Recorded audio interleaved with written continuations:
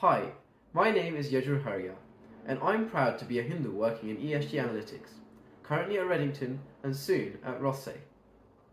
My parents came to this country in the 1960s and 70s, having migrated from Kenya and their parents from Gujarat, India before that. And with them, they brought a diverse set of Gujarati, Kenyan, and Hindu ideas and practices with them that were foreign to the British population at the time, and often they faced challenges because of it.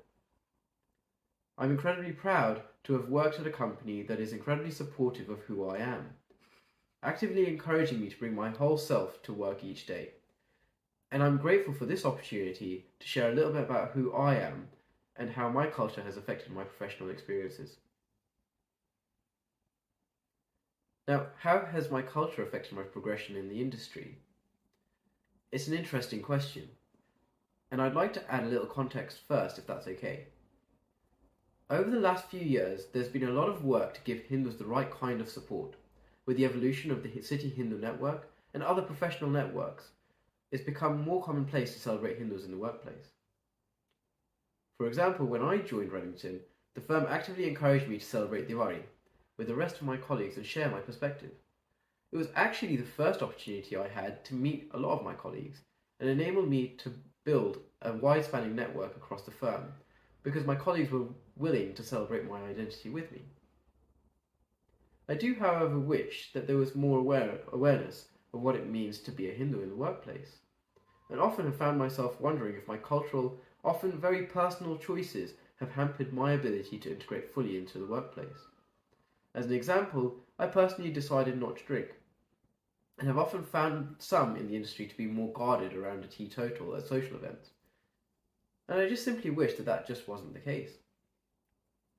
It's often difficult to pinpoint how to view Hindus in the workplace. Sanatana Dharma, the Hindu philosophy and way of life, is an organic plethora of ideas and practices that is constantly evolving. It is an incredibly personal way of life, and each Hindu will often have their own practice. That naturally creates an incredibly diverse community. Now, why is that important? Well, it is because when you're trying to understand Hindus in the workplace, it's really difficult to do that through surveys, but can only be done through well-facilitated, genuine discussion. Secondly, Hindus must be given the space to bring their whole selves to work, incorporating their culture into the workplace. That can be difficult when work attire restricts their ability to wear cultural clothing, or workplace menus or social events restrict their ability to socialise with colleagues without forgoing their values. As an example, at Reddington I've been very fortunate because most socials don't actually revolve around the pub, but we've included board game nights, poker nights, VR experiences and much more.